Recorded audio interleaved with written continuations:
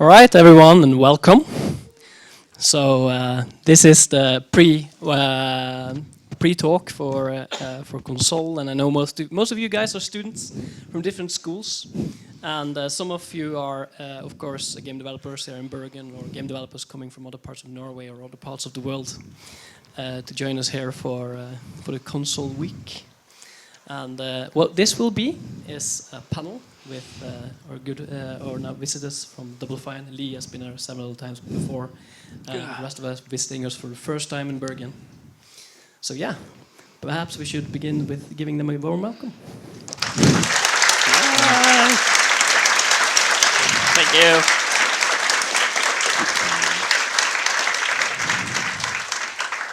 Thank you. Thank you. It's great having you guys over. Thanks. Thanks for having us. Can I talk? Thank you. Yes, you can talk already.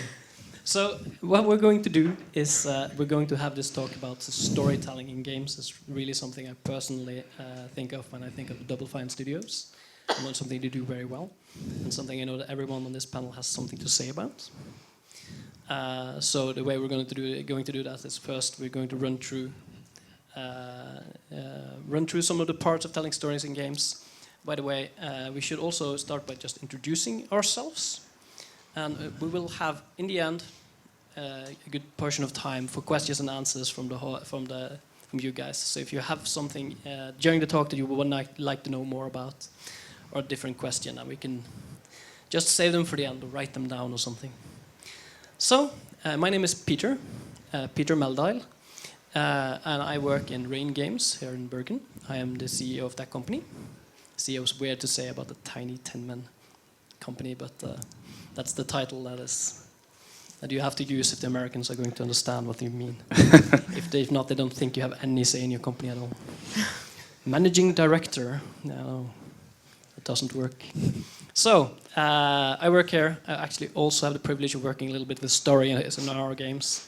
I'm fearing very much that at some point the managing work will just eclipse every chance to work with games. That would be terrible, but we shall see. So I have some personal experience, and will base some of the questions on that.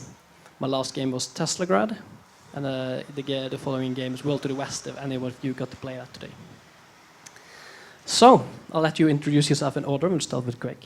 Hi, I'm Greg Rice.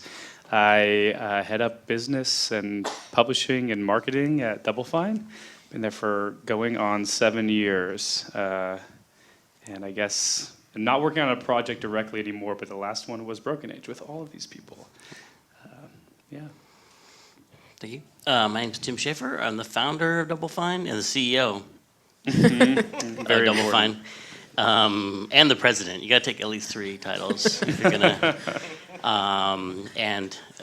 We founded the company in 2000, and before that, I worked at LucasArts in the 90s, making adventure games, and those are my 2 jobs. Double Fine. Oh, am I up? Yeah. You didn't talk about any of the games you made. Double Fine. We made a game called Psychonauts and Brutal Legend, and Broken Age was the latest one, and in between made a whole bunch of other games. And that's what we did. Psychonauts 2. That's what we're working on right now. This is Psychonauts 2. That's true. What about Grim Fandango and? That's back at LucasArts. Those are I covered the adventure games. All right. Don't put it off any longer. You have to introduce yourself. All right. Okay. So I'm Anna Kipnis. I'm a senior gameplay programmer at Double Fine. I've been there for about 14 years. It's going to be 14 years in November. So I was hired to work on Psychonauts, the first one, and I've worked on Brutal Legend, Costume Quest, The Cave,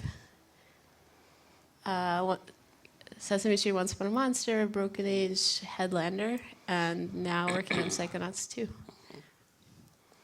Hey, is this on? No. Louder. Oh, sorry. How about that? Turn it That's up. good. All right. More Lee. More Lee? Okay. No one wants that. Hey, I'm Lee Petty. I've been at Double Fine for about 9 years. I've been an art director. My first project there was art directing Brutal Legend. And I've also led a few projects, Stacking and Headlander, which was just released a few months ago.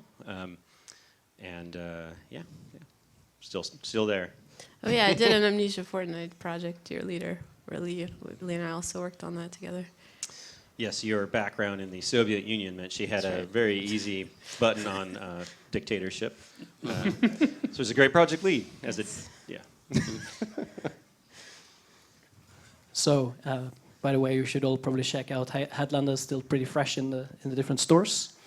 And the first thing I want to ask about, like storytelling in games, is something that Tim cleverly dodged, which is the older games you worked on. Many people know you from Monkey Island and Grim Fandango and The Day of the Tentacle. They also had a very specific storytelling. They were pretty unique in their day. But storytelling and the possibilities within games have evolved a lot over the years. So how would you say that telling stories now with the possibilities that a game has now and the market that exists now is different from what it used to be when you did the older tales? That's an interesting question. How has it changed? Because I feel like, I don't know if my own approach to it has changed that much, because technology has changed a lot, but the ideas behind it, they always come from a place of just being inspired and wanting to tell us, wanting to create a world for people to come into. And there's a whole lot of different advances that have made it easier to pull someone into your world, up to and including like VR, just like so easy to drop someone into a crazy fantasy world that you made up. But I think in the end, they're all just different tools to do the same thing, which is to transport somebody into a fantasy world that you create. So I think the impulse is the same. There's more people doing it now.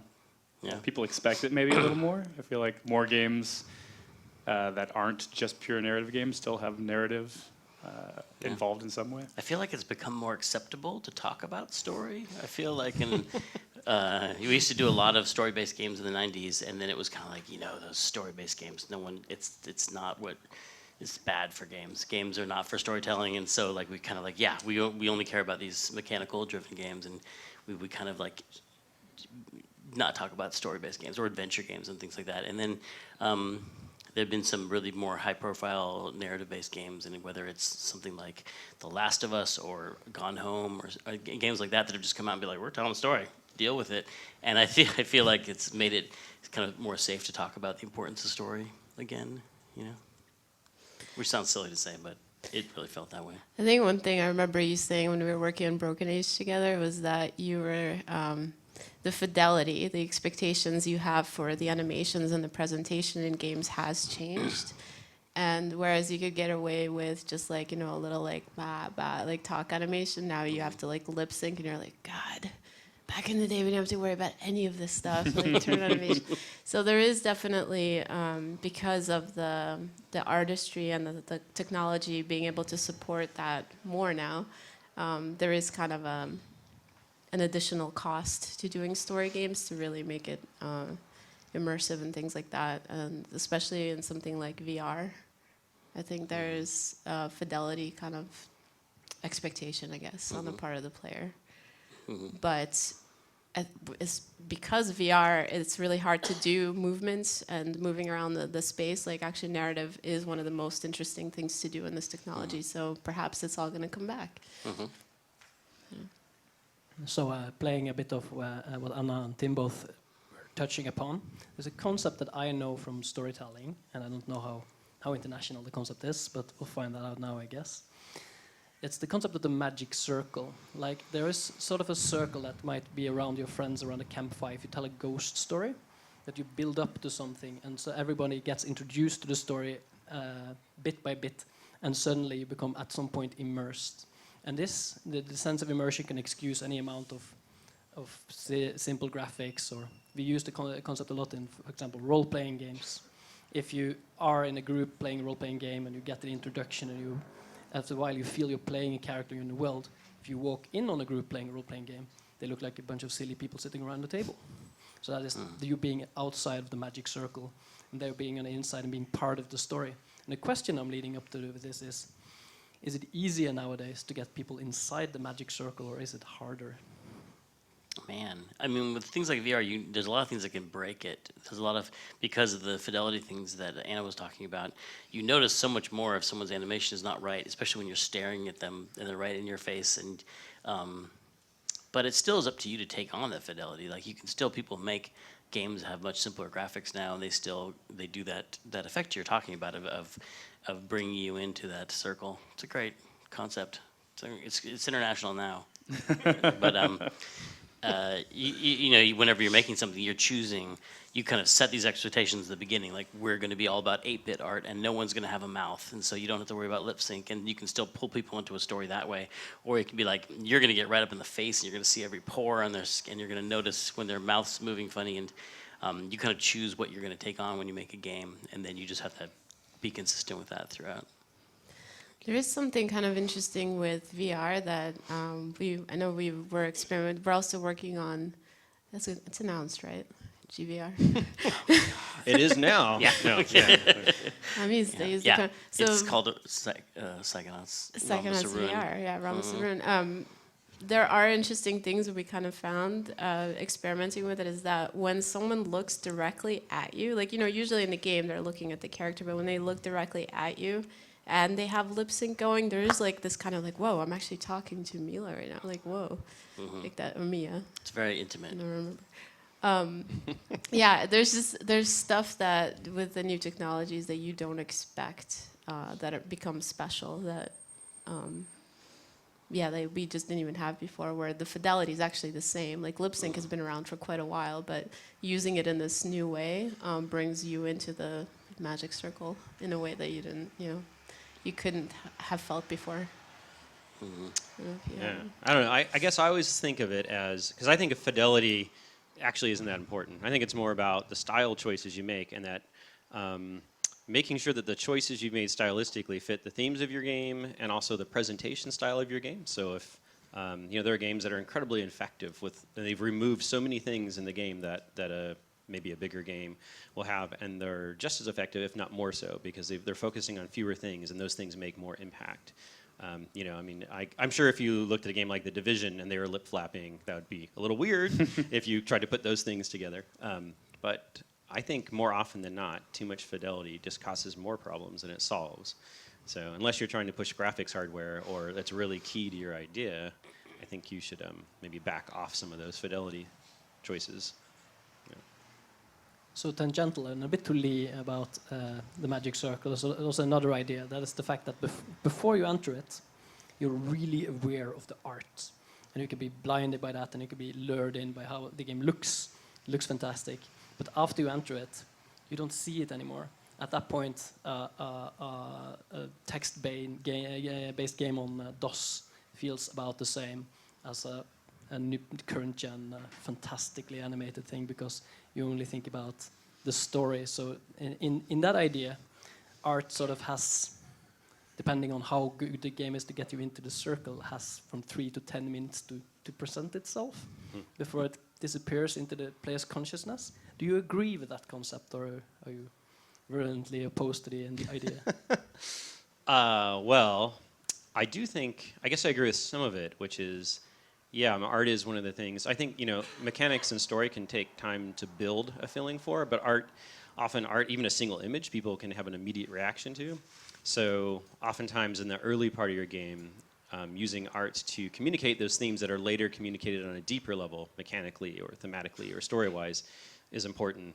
But I do feel that even once you're sort of in the magic circle, maybe it becomes less important. But I do think, form is content, right? So just a color choice will still continue to make a difference throughout the entirety of your game.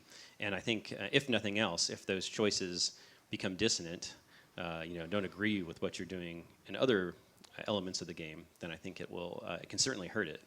So, yeah. So, a bit tangent to what you said there, it is like art and the world and everything you build, and I've noticed this very, very much with Brutal Legend especially. How do you feel that is part of telling the story in a more indirect manner? Well, it's interesting because you talk about Brutal Legend, there was certainly a lot of the story that was told through, say, cutscenes and direct writing, right? We had like 2 hours of cutscenes, but You cringe when you say that. 2 hours of cutscenes. Hours of cutscenes, skip. Tim's like, how about we make this giant open world game and then we also do a feature film at the same time? That's a good idea, right? Yes. So, so there was certainly a lot of direct storytelling there. But I think for me, the thing I was interested in more was just making sure the world had several layers of interpretation. And Tim had written such a rich backstory for that game, and it was sort of told in pieces throughout the game if you picked up some of the collectibles. But it wasn't presented necessarily to all players. So, but it gave us such great ideas to kind of build the world around and tell little different bits of that story. And that, that in some cases that's told with set dressing, the sort of design of the world. Sometimes it's told in the little details. Sometimes just the nature of an animation on a side character can tell that story. And that's the stuff I really like doing more than, I like cutscenes as well and writing, but that's the stuff that I find that I can get the entire art team really into and excited about, and adding their unique perspectives on, just because they're in there, like looking at that world for so often. And so, if you pull them back from fidelity a bit, like and say, okay, well, it's all about context. Why is that there? Just yeah, it's a nice model. Who cares? Why is it there? That sort of stuff is really fun. So I enjoy that. That's usually some of my favorite storytelling in games, and I feel like stuff that I hope more developers lean into, just because, like Lee said, it can come from kind of any facet of the game, can have some little detail that fills in the story. And most teams might not necessarily have a writer who's purely a writer and comes from a writing background, or like someone like a Tim. And so maybe not leaning into that as much and using your own skills and trying to find other ways to tell your story could be a better route to go sometimes. I think it's important to not think of them as separate things, like story and art as being different things. Like the art is just concerned with the visuals, because it's not really true. And I think about, we were remastering Full Throttle, this older game that we made, and I was just looking at some of the art from that and thinking about some of the Peter Chan's drawings for that, and how there's this building and it's built on top of another building that's sunk into the mud and just built another building, and how those kind of concept artists, when they're doing that art, they're not just like thinking about the shapes only, they're thinking about like, why is this building here? Who built it? What did they build it for? How did they live in it? What happened to it over time?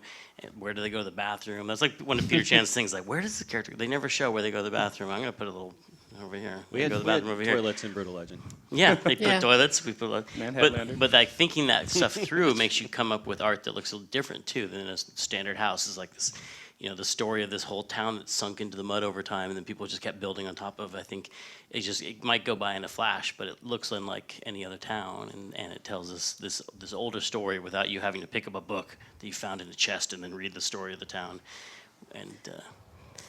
I So think it they're was all the just- same. Excuse Sounded me. like music, actually.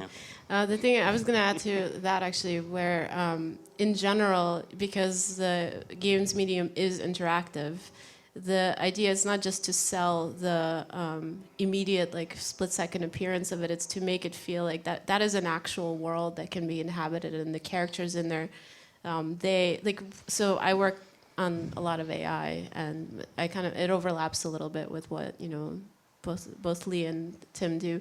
And Tim actually, so his background is in computer science, so he understands dynamic systems really well. And so when he writes dialogue, it's not just, straight up cutscenes. It's also, there's a lot of dynamic stuff in there. He thinks a lot about this.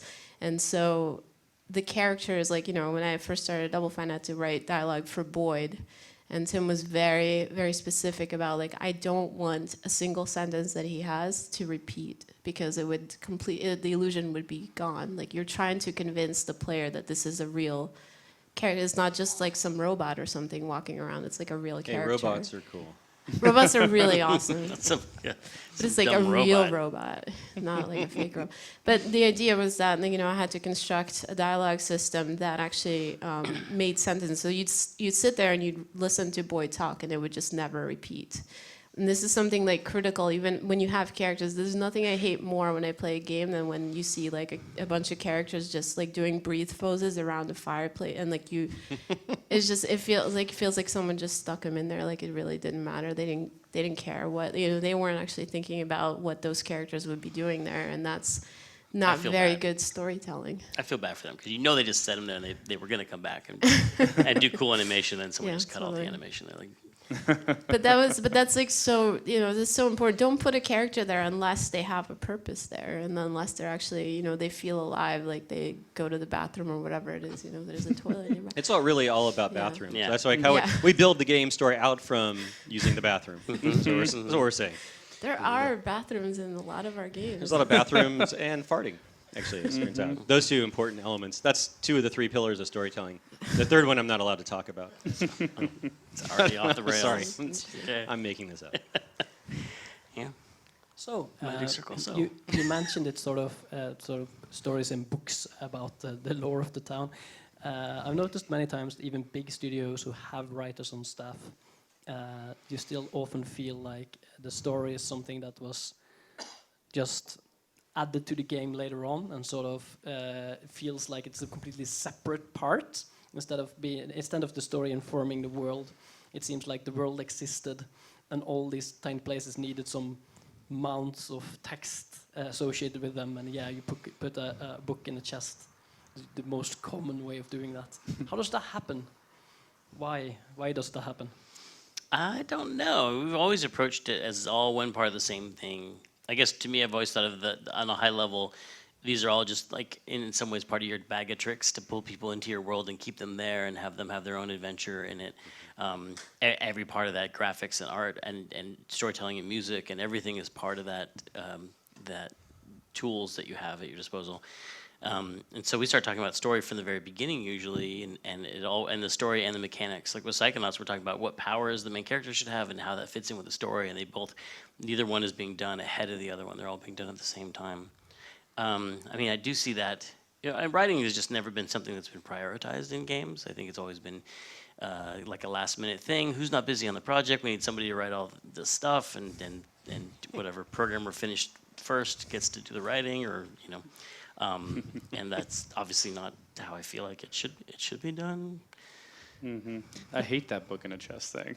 I never want to read that stuff. It's like, And I like reading, and I hate reading in video games. I'm like, yeah. It seems like it's just like a cheaper way to get more story into the game and more like game length or something. But like I want to be playing a game and I want to stop and I mean, a lot of it because read. I think there's I think backstory is really important for games, and I think I do a lot of writing that's never shown in the game, which is just writing about the world and just so I can get it straight in my own head of who the characters were before the game started and what their parents were like and how they were raised and how they were all raised differently and whether they're poor and then what their relationships are like. And then the game starts and just show little snippets of that. And if you show, it's like trying to see something through a fence. If you see like you're looking through a crack between the boards, you see a little bit of it, you kind of imagine a whole world full of that stuff if you just see a little bit of it. But if you actually sit there and type it all out and write it down and make the player read it in a book, I think it's just kind of like, you're like, look at all the stuff I wrote. I took the time to write this, and you're going to read it, and you get an achievement if you finish it. I think honestly, a lot of that stuff that gets bookended like kind of as an afterthought is in reply to like players actually wanting to feel like what they're doing is meaningful in the game, and it just the developer is aware of that, but they just kind of like stuff something in there because just as a last minute thing. And I feel like with the way that Tim approaches games, it's sort of like Psychonauts. A lot of the storytelling was done with the level design itself. Like if you think about Milkman and how like that was all about conspiracy theories and how the entire neighborhood literally winds around this one house because that's the guy thinks that the world revolves around him. And so it's just and there are other examples in there, but if you start to think about the world in very specific, like kind of thematic ways, you can bring a lot more of that into, like you don't have to spell it out with like, little dialogue boxes or whatever, it can just be there from the beginning. Also, there's a personal preference. I'm more of a storyteller than an actual writer because I'm not that good with dialogue, with text, in the sense that to build, for example, character text. We have Marta in the company doing that. But I write all the stories in the background. I always write a lot of stuff and I feel no obligation to tell people everything. Mm-hmm. So a lot of that stuff is only... I usually think of it in a 3-layer structure. So that's what explicitly said and what is pretty clearly implied. And then there is the stuff that is more or less, you have to really scrape the game to find out about it. And this is because of the levels of interest for the player. That means that anyone who's not really too interested in the story only really gets to see the top layer, and the lower things don't have to bother them, while somebody who wants to find everything and find out everything and write on forums about what it possibly might mean has a lot of entertainment as well. Is this something you also do? I mean, it sounded a bit like it, in the sense that, yeah. You mean, do we think about that? I mean, yeah, we definitely don't make it mandatory to experience all the story if you don't want to. I mean, it's there for the player to dig up. But I feel like you should get the benefit of all the thought you put into the story should be apparent in every animation and every interaction you see in the game. So you're still getting the benefit, even if you're skipping all the cutscenes. If you're sometimes even the mechanics of the game are built on that narrative work you did early on. So now I have a really hard question, or perhaps even entire subject. That's for Tim. That's for Tim. Tim. I actually have a quick comment on the last thing. There's something I really like Whoa, about the way. breaking the schedule. Okay, go ahead, Anna. There's something, so just because I just finished working on Headlander, there's something to that point. The way that Lee approaches storytelling is to leave it a little bit more ambiguous. Like there's a suggestion of something, and there's so much storytelling in the world and the atmosphere that, and this is similar to what Tim was also saying, where you just hint a little bit at what's actually going on, and then the player kind of fills in the gaps. And this is something that Headlander, I think, did really, really well, where you're just kind of thrown into a really weird environment and a really weird world. And I feel like, maybe another creative director would have wanted to really spell everything out, like let you just go through tons and tons of dialogue trees and things like that, where kind of like in Mass Effect, where you have just tons of lore, whereas Lee it's totally fine to leave things to for the player to figure out, and that actually draws you into the world a little bit more. I was wondering if you could talk about that. Sure, I can talk about that. Sure. It's true. I think for that game in particular, we tried to do the basic level of storytelling, which is just sort of progression related, which is sort of what Peter was talking about in the first level, and then I think there were some second level stuff where. If you want to look at it that way. Like a lot of things we like to do is create connections. So that game has a lot of dialogue, but it's totally optional. And it's an action game, so a lot of people just don't stop and talk and interact with characters, but you can. And that dialogue changes based on, in that game, what body you're in and what phase the game is in. It's all different, but the game doesn't ever make you do much retraversal, so you may not ever choose to engage in that level. And then there's a lot of hidden connections we put in there. So if you they have these little robot vacuum cleaners, and they've got this whole they have this whole motivation where they're trying to overthrow the computer because they fear they're being replaced by a centralized vacuum system. So they have all these propaganda. If you find these little hidden areas, they've got propaganda posters up on the walls about anti-central suction propaganda. Is that what those are all about? Yeah. Oh, right. So there's all these little hidden things, and if you talk to them at the end of the game, since you've sort of spoilers overthrown the computer, they are now onto a new cause, and they've decided they don't like the door system and they want to overthrow the doors. And so but it's all just very, very hidden in the background, and it's just to make it's just for fun, but also to just feel like you've stumbled on someone else's arc and motivation, but would never really want to bring that to the forefront. It would be something for you to discover. And then the main storyline itself we talked about this a lot, and the ending is pretty ambiguous, and there's a lot of different conclusions one could draw from that. And if you haven't spent time talking to people in this sort of end-game state, once you've completed the primary playthrough, if you go back through the game, there's a whole bunch of new dialogue, and there's new PA announcements and some subtle visual things that are in rooms. I mean, there's hundreds of rooms in the games. You may not ever go back, but if you are interested in that and you did go back, it kind of suggests a particular ending, but still doesn't state it. And so, I don't know, I enjoy that ambiguity. I find things that make slightly weird choices always are more memorable to me. Like when I think about the games that I'm replaying, is well, that was a really weird choice. Why did they do that really weird choice? And it stays with me, Laura. So I always try and put dissonance, something that feels out of place or is a strange choice. Enough of those in the game so that you just remember it. And one final thing I wanted to say from a programmer's side is that there's stuff that Tim wrote for Psychonauts when, remember, we had tons of crashes, just the game was unstable, and Tim was like, I want you to put in this dialogue of I don't know if you guys have played Psychonauts, the original game, but there is a turtle that you get at the top of this massive tower. It takes an hour to get there, and it's in a completely different environment, but if you free enough kids' brains and you return them to Ford, And then you're at the top of the tower and you take the turtle, and instead of walking 2 feet to actually solve the puzzle where you give the turtle away, you can go all the way down the tower, take the fish back to the camp area, and then show it to the camp kids. And we were so mad when we got that dialogue. We were like, she's still mad about that. I can't believe you're still mad about that. I'm still mad about that. But tell you what, like, one of the reasons I think the game just, feels, I don't know, people kept playing it was because they kept discovering little things like that we put in that were just totally optional, and it felt special when you find something like that. It's like almost like an Easter egg. So. I was replaying that recently, and I was like, that was crazy. It was crazy. But I was just Molly did that as a punishment to the programmers. It's true. It worked. Yeah, to assert some sort of power over them. Yeah. Yeah. Yeah. But it was worth it, is what I'm trying to say. I forgive you. Thank you. Now, what were you going to say? Nice. That was all very interesting further dive into the last subject, so I'm very happy you did that. While skillfully dodging the hard question. So what I have for you is this. All the games that we've discussed, both the internal games and a bit of the stuff on the outside, have been linear story games, and those are clearly traditionally easier to write for. But if you don't have one of those, if you have that other animal that is like Massive Chalice in part, that is very much about being a bit different every time, and you can't quite know the path the player will take or the experience they will have. Is it still possible to have a good story? What sort of things does one look for or does one try for when you have to write for that kind of game? I mean,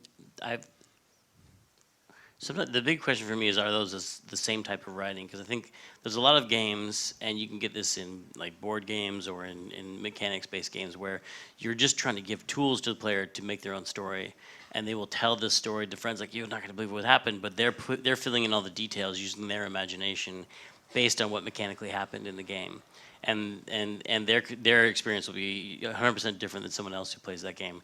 And I think if you give them interesting tools and allow them to tell interesting stories, then yeah, you can. But it's a really different kind of storytelling, and people like both. And I feel like at different times in the games industry, people have talked about only liking one or the other. But I really think there's room in games for all these different kinds of storytelling, whether you're just telling something using mechanics and letting people use their imagination, or whether you're doing something more scripted. Yeah, and were you talking about more like procedurally told stories? 'Cause I feel like there's a lot of interesting examples of that. Recently, 80 Days is still one of my favorite games the last like couple of years, and that's one that's like every time you play is totally different, but it's still also a very traditional story. It's like reading a book, right? But I guess it's it just has to take into account the fact that the player has a bit of agency, which is what games do really well. So I think there's room for both of those kind of things. I think so Dear Leader was kind of a game where the content itself was authored, but it was sort of shuffled in and out based on what what the underlying simulation was telling it to do. There's a really good example if you guys have played Reign, R-E-I-G-N. Yes. Reigns? Yeah, Reigns. Oh, sorry, Reigns, right. But there's, for Massive Chalice, I think what they kind of globbed onto is this idea that you can make the player attached to not necessarily scripted events. Like for instance, like you have in Massive Chalice, you have these family lines, like these names, and if you get, you can kind of design the logo for it and stuff like that, and you get attached to that. And so even though all of the characters have a very short lifespan, you remember their last name, and you remember like, oh, that's House Kipnis or whatever. Like that, my name actually is in the game. Yeah. That's very, very important. The Queen Anna, House Kipnis. That's right. Yeah. But like, there's the moments that I thought were so badass in that game, and they are not going to happen every single time you play through it. They do try to guarantee that there's at least like this one really cool moment. But it's like, I remember there's this old man Kipnis that I sent into the Chalice using like one of these random events, and he came back like I totally expected him to die and not do anything useful, because most of the time, like, the game is very, very hard. It's just a very harsh, like, life sucks, get used to it type of thing. And and this guy comes back with a relic, which completely, that's the one reason why that family line got preserved, is because you get these really powerful weapons and stuff like that. And I remembered that, and I would tell, like, oh yeah, man, Master Chalice, you gotta try that thing, you know, this happened, you know, this event, like, came back out of the chalice, and you know, so and so. And the really cool thing about that game is that it feels, the fact that it was like they kind of, so it's going to be 300 years and you just have to survive, like your families have to survive. That in itself can be like a cool, like, you know, that's sort of like an epic saga, like kind of a Nordic poem type of thing, where you have these like dynasties die out and come back, and you just have to survive and defeat the evil things in there. There's another game called Crusader Kings 2. I don't know if you guys have tried that one, but the UI is really intimidating. It takes like 3 hours to just even learn that game. But once you do, you can get like a lot of these really weird, like dynamic AI experiences every once in a while. It's really cool when that happens. Yeah. Yeah, I don't. I do play a lot of games that are like that. 80 Days is an interesting one because it just doesn't work for me. I don't know why. Like, I want to like it. I know everyone loves it, and I like sort of Jules Vernean themes. But yeah, I just feel like I'm just reading a book, and I could read a better book if it was just a book. So I don't know. I mean, it's not really a critique of the game. It's more of a critique of my own shallowness, I suppose. But I do like. I think it's all about context. I think, you know, like players can tell when there's a game that has a lot of randomization to it, and I think it changes their expectations and what they look for, and stumbling upon those moments of discovery.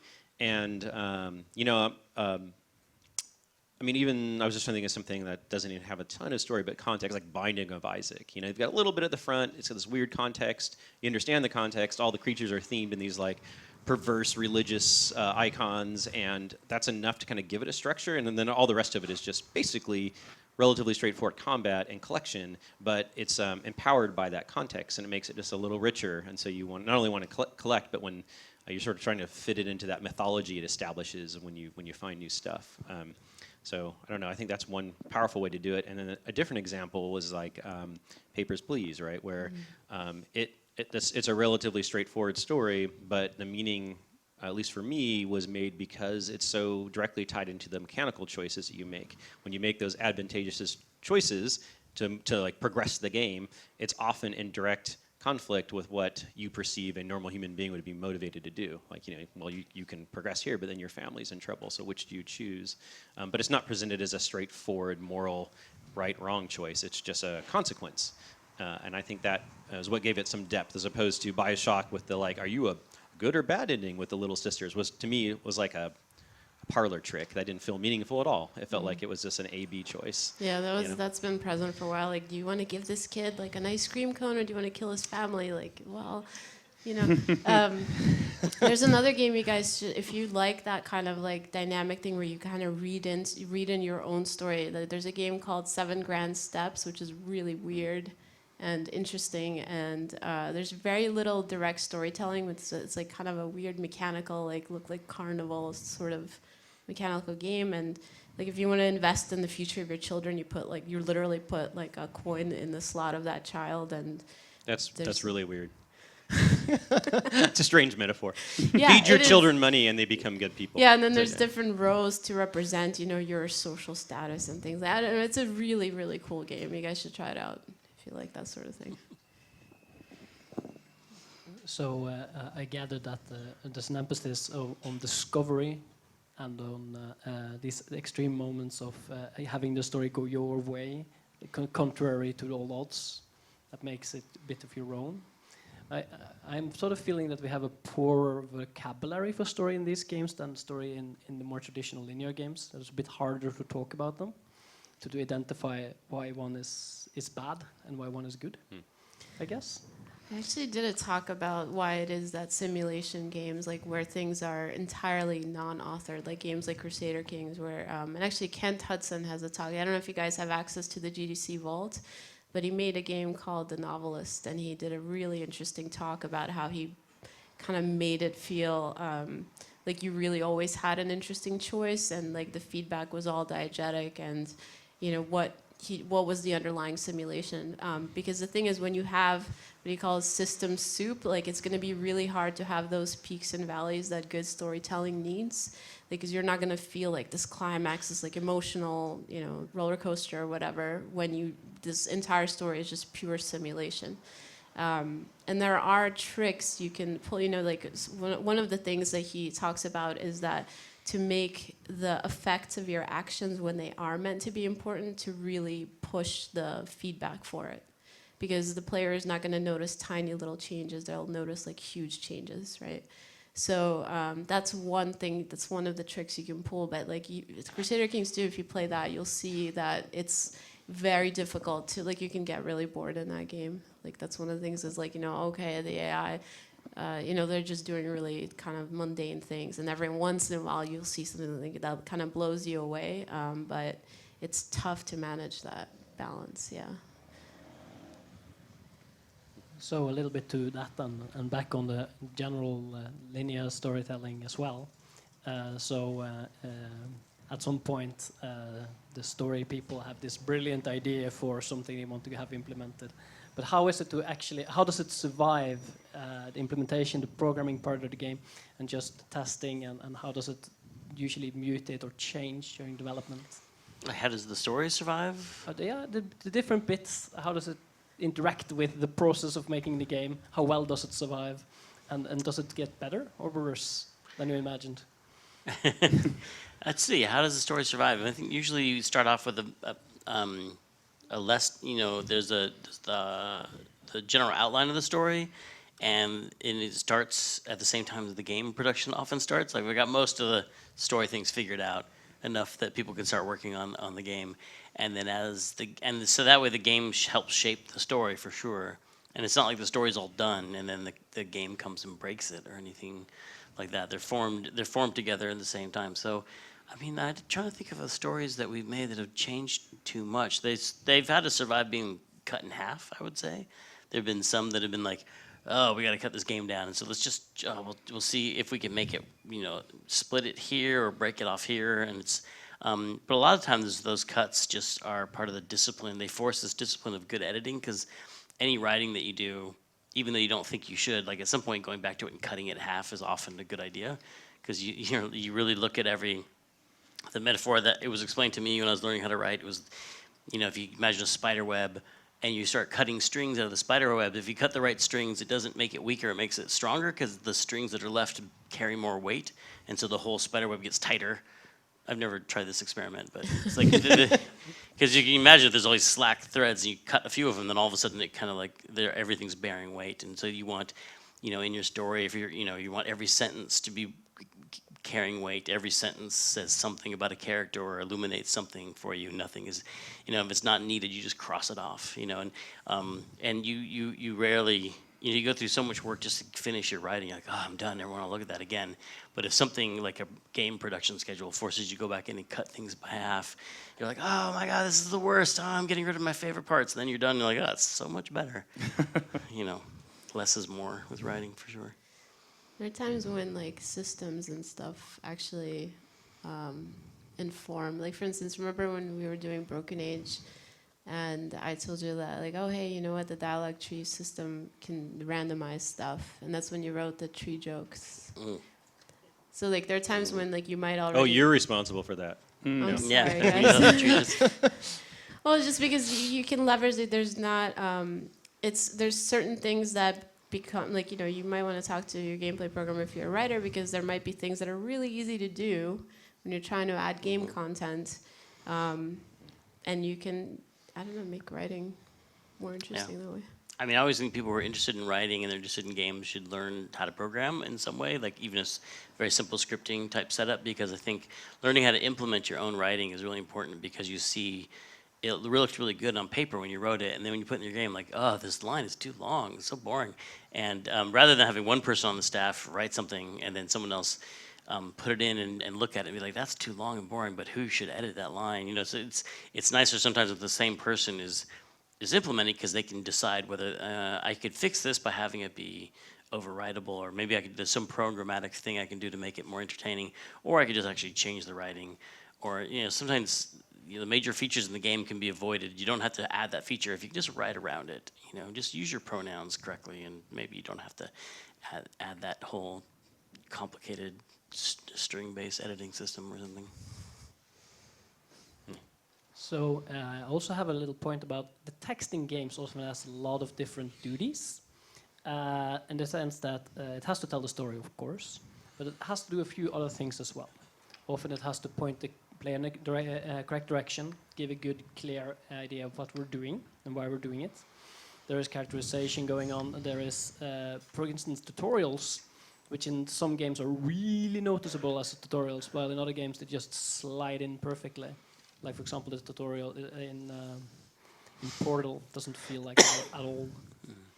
And so how do you balance those needs with writing? Is it part of the writing right from the beginning that you know that you have to explain some things to the player? Or is this something that has to be edited in, tested for, see what people understand, re-edited, and so forth?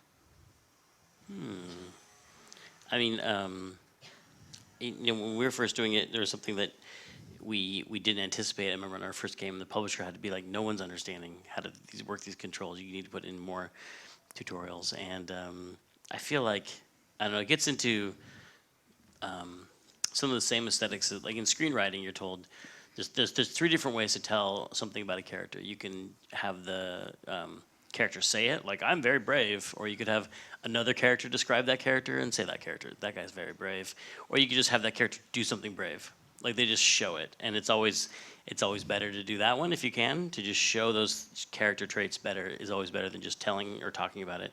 And I feel like in some ways tutorials are the same. If you can get people to just kind of, I think some games do it much more elegantly than having a lot of text to read on the screen, and it's just evident with the lighting or a small UI thing.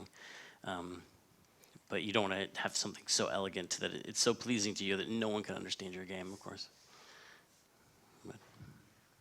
Yeah, I mean, I think there's a couple layers of it. I think, some of the basics are, I think it's always wise to leave the beginning of your game to the very end of production, because you know more about what your game is and you've play tested a lot, and so you sort of know what people tend to struggle with, and that's often difficult because you sometimes need to have a demo for your game, and production time is tight, so you kind of struggle a bit, but it's still nice to be able to do that right towards the end, or at least when you've done other levels.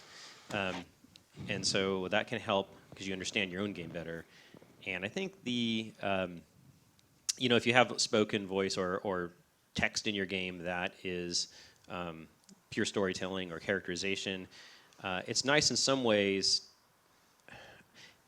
If you can't sort of weave every concept into your game as part of, say, a natural playthrough, I try and sometimes use like hint text as just straightforward hint text. And the stuff people are saying can kind of mirror that. But I always find it really lame when characters are like, hey, you might be able to jump if you double tap. To me, that doesn't do anything. I'd rather just have a thing that says hit X to double tap. So if you're going to do that anyways, I don't know why. I don't like usually putting it in a character voice. It just draws attention to the fact that it's very artificial for me.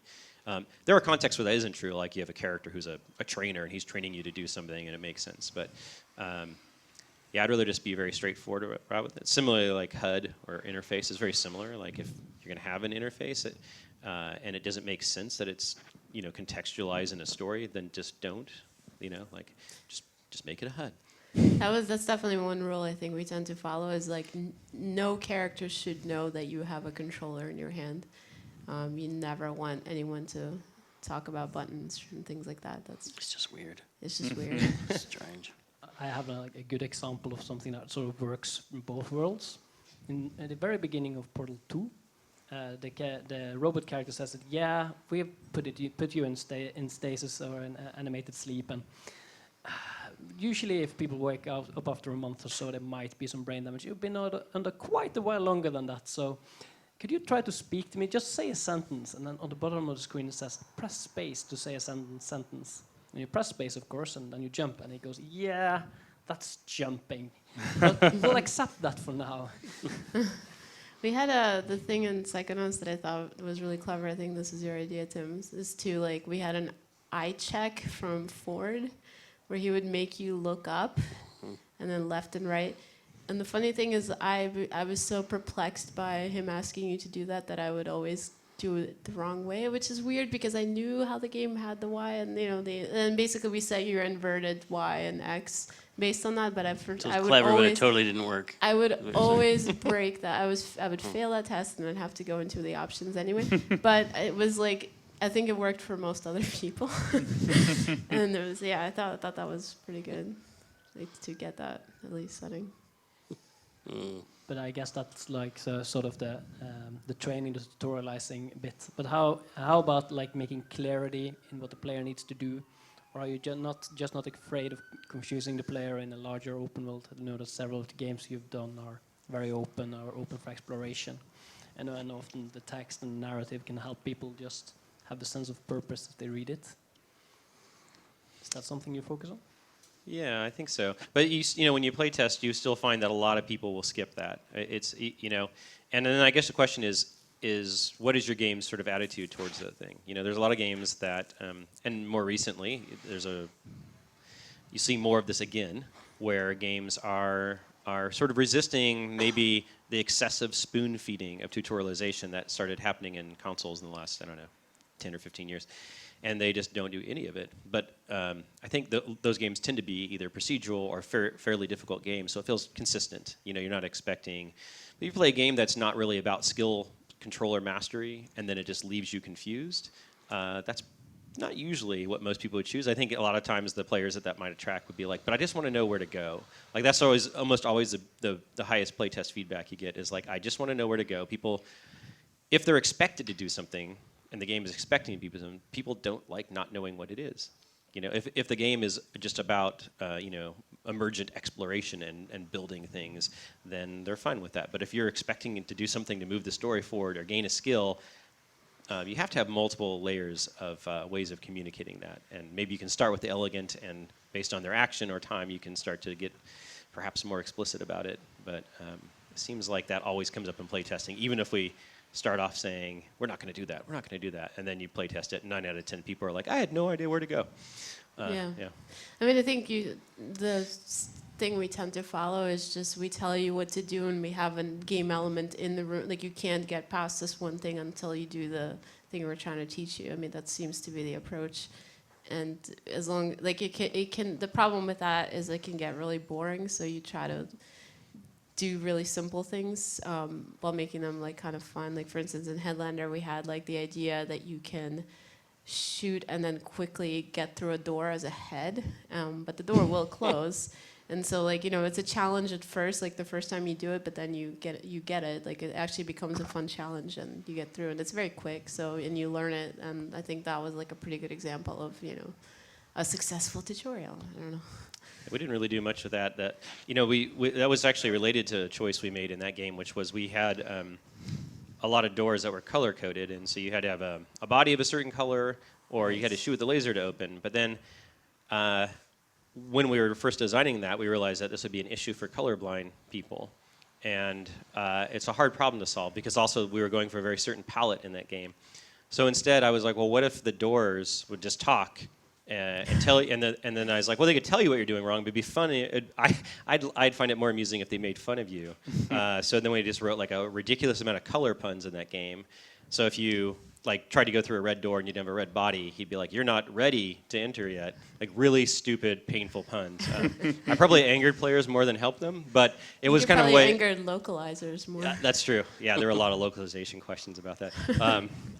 Like, what does it mean to have green with envy? You know, but it was like we did have a few explicit text hints. There was a little place that taught you that, but it was just like this constant reminder, and then that was just a launching point to develop a whole personality for the door. Mm-hmm. And then later in the game, there's like a little mini boss battle where you have to like do color matching, like Close Encounters of the Third Kind style stuff. So it kind of led to, you know, fun things. And there you go, game modifying writing. Yeah. I think there's just a lot of different ways to direct a player and lead them in certain ways. And in some games, like a playdead game like Limbo or something, it could just be like a shaft of light or like a little tiny effect that's pulling your eye in a certain way. And it's true in our games. It's usually writing. And in Tim's game specifically, like there's a lot of every character has a line that sticks around that seems like it's just an innocuous line, but is usually some sort of hint at what you could be doing to progress in some way, hopefully in a subtle way, but maybe, like Lee said, over time, a more and more obvious way.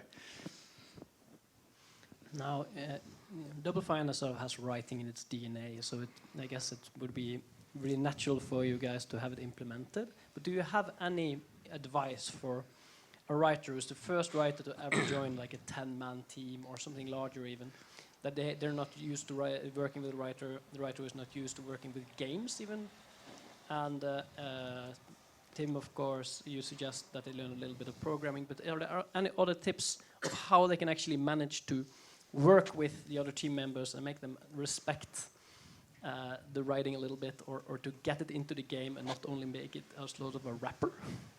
Mm-hmm. I mean, I think it's up to the whole team to really see it as a integral part of the project. Part of that is recognizing that writing is not just the dialogue.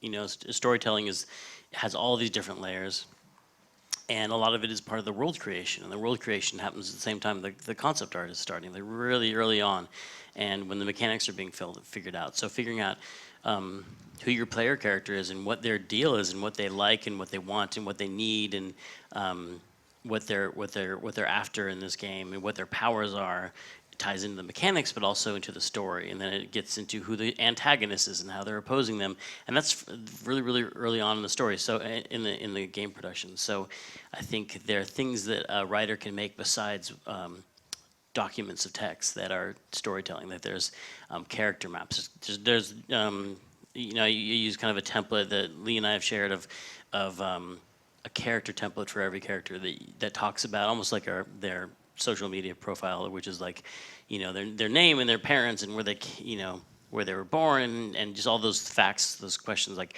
are they shy or are they an extrovert? You know, we fill out all these forms for these characters, and you can start doing that early on in the project. And I think the concept artists who are doing the drawings for the characters would love to read something like that. At least I've always told them they would love reading that. Like, you know, just like they would, before they draw a character, they'd love to know all these facts about them. Like, oh, they were raised poor. Like, it's really important to know.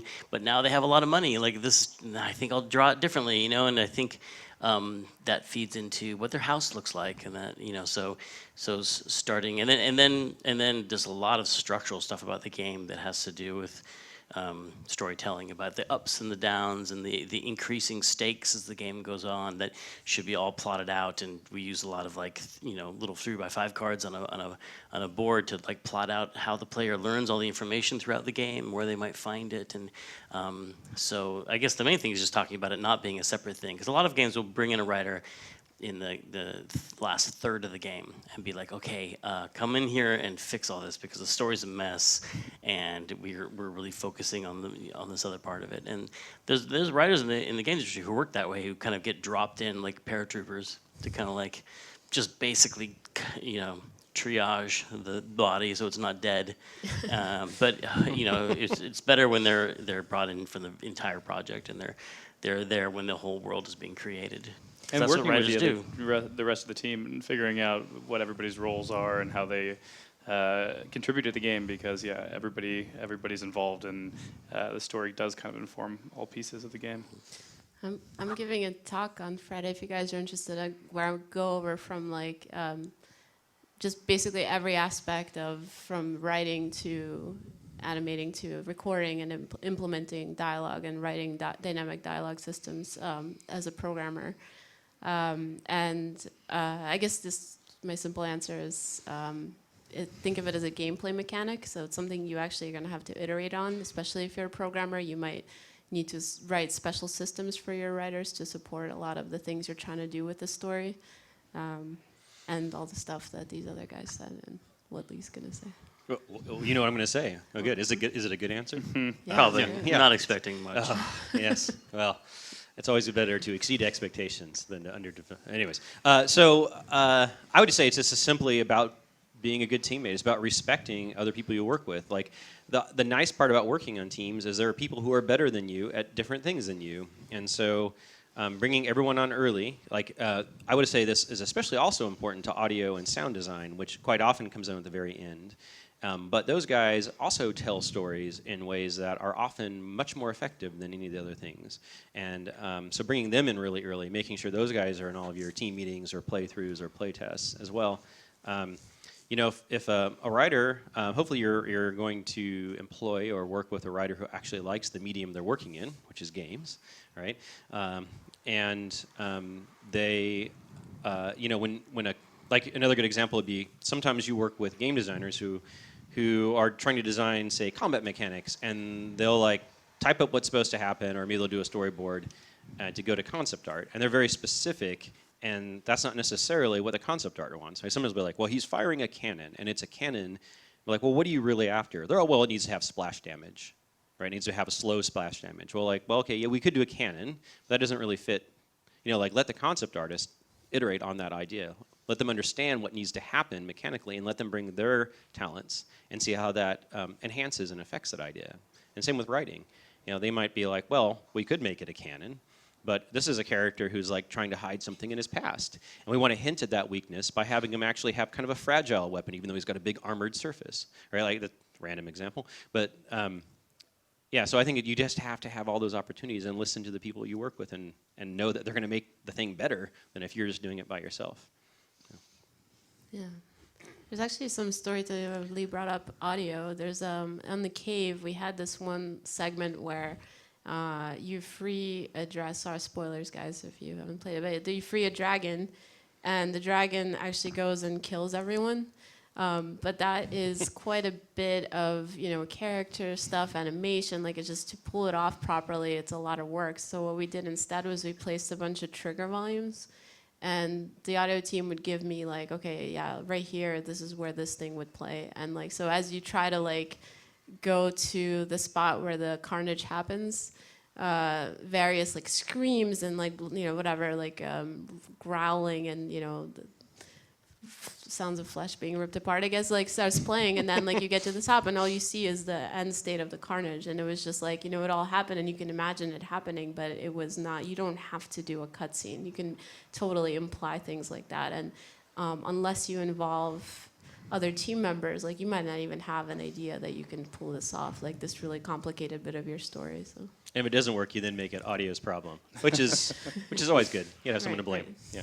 Yeah, and all that stuff I was saying about the board with the cards and all that planning and thought putting into your world could end up with a game that doesn't have a single line of dialogue in it. It doesn't necessarily mean in the end you're going to have any cutscenes at all. It could all just inform the art and the audio and everything, and then the player absorbs the story by playing the game and experiencing the mechanics and all the other arts that go into that.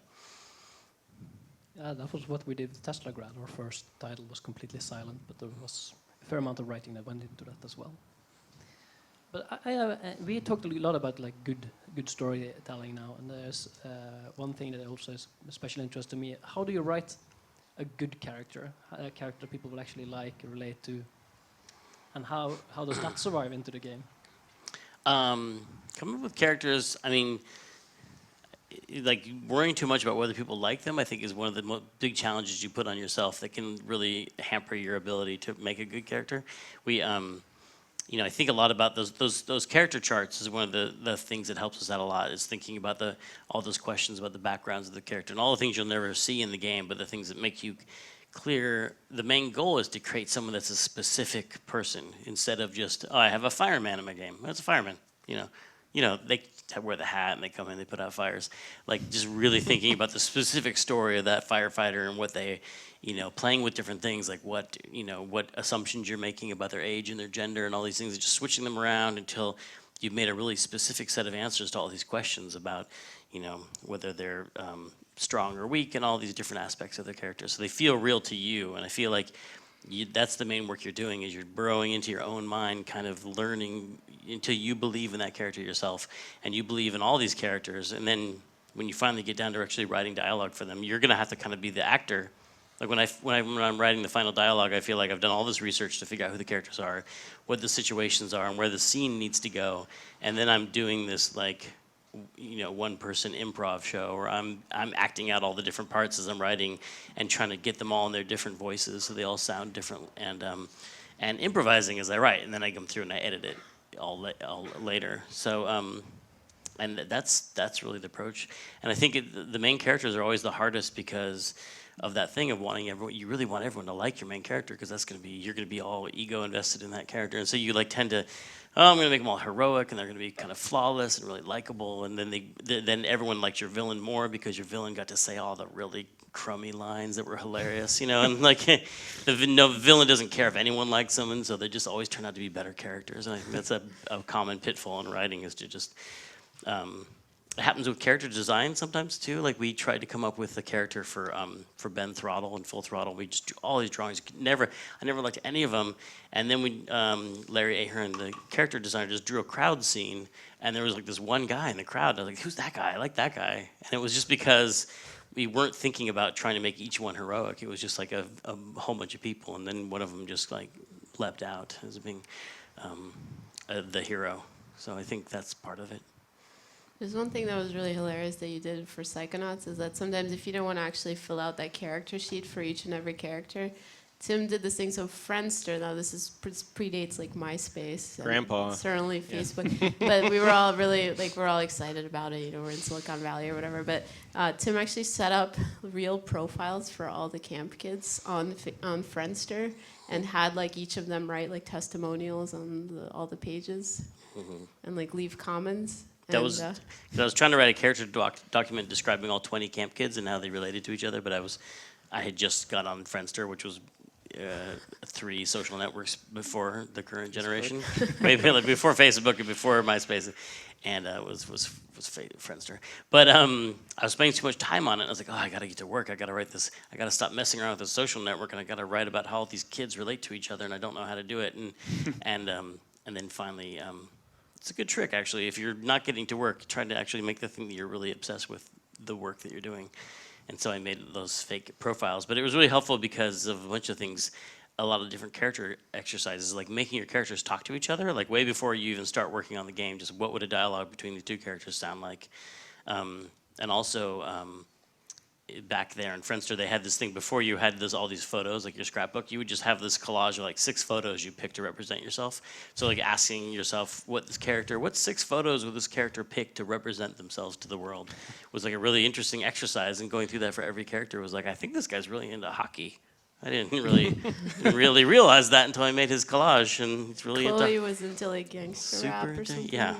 Some of the characters were into gangster rap.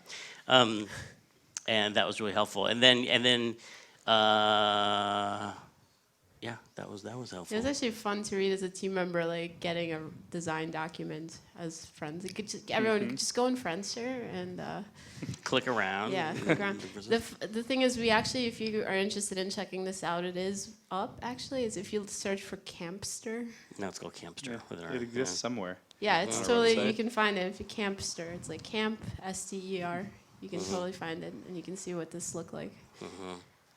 So, Lee, do you have any tricks? No. Well, yeah, I don't know. I mean, most of what Tim said is, I think, I don't know. And maybe this isn't the best attitude for selling lots of amounts of games, but I guess I didn't really become an artist to design things that appealed to everyone. So, I sort of like, you basically want to make things that you think are cool. I don't know. I was kind of a, nerdy, introverted kid, and like, I wouldn't have liked a heroic dude bro with a gun as a character. So I'm not going to probably design people like that. And, hopefully there's enough other people like you, and that you kind of have a sense of purpose about that character that winds up being infectious, and people get into the world that you're helping create and find it appealing. I think it's just maybe about authenticity then, not about like imagining something that you have no real perspective on, and just writing something you find appealing. When I was doing characters for Dear Leader, I kind of just gave the writer some direction, like in tone. Like I told him, like, oh, Dr. Strangelove or something like that.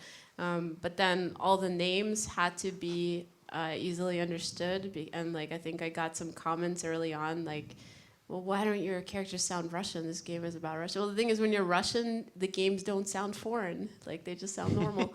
And so, like, I wanted to make sure of that. And I think Gabe, who is the writer, Cinquepalmi, like, he actually did fill out the character sheet that you had. Oh, good. Yeah. Good. You should tell people about that thing. It's online somewhere. But yeah, but what about like the visual design? Can you talk about that? Because you did a lot of work with Bagel on Dear Leader's characters.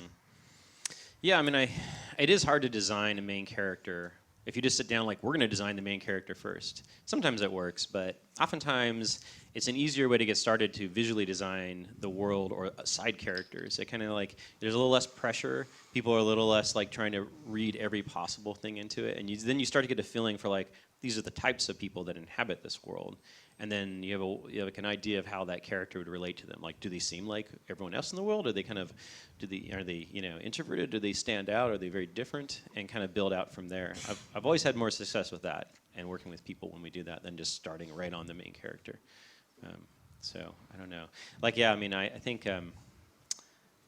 Well, yeah, like in stacking too was an interesting one because we had a story idea for that, but we actually developed those sort of mechanics earlier, and then Tim and I are sitting down, and Tim does this a lot actually when thinking about characters. Is you often have like a single image in your mind that feels like a movie poster or a game box that you see early.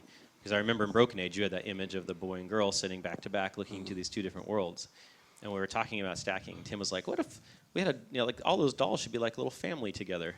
And then I was like, and then that sort of inspired the idea of like, well, you're playing the smallest doll, so you're like this runt.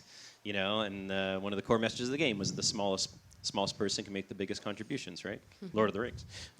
So it's, but it kind of build those characters out from there. But we didn't really start with all the burden on that.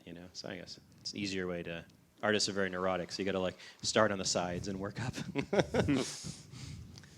Now we have another 10 minutes before questions, and I have something I also really would like love for you guys to tell us. What are some of your main inspirations from inside, but also especially outside of the gaming world, like other media that has inspired some of your work? Oh, goodness.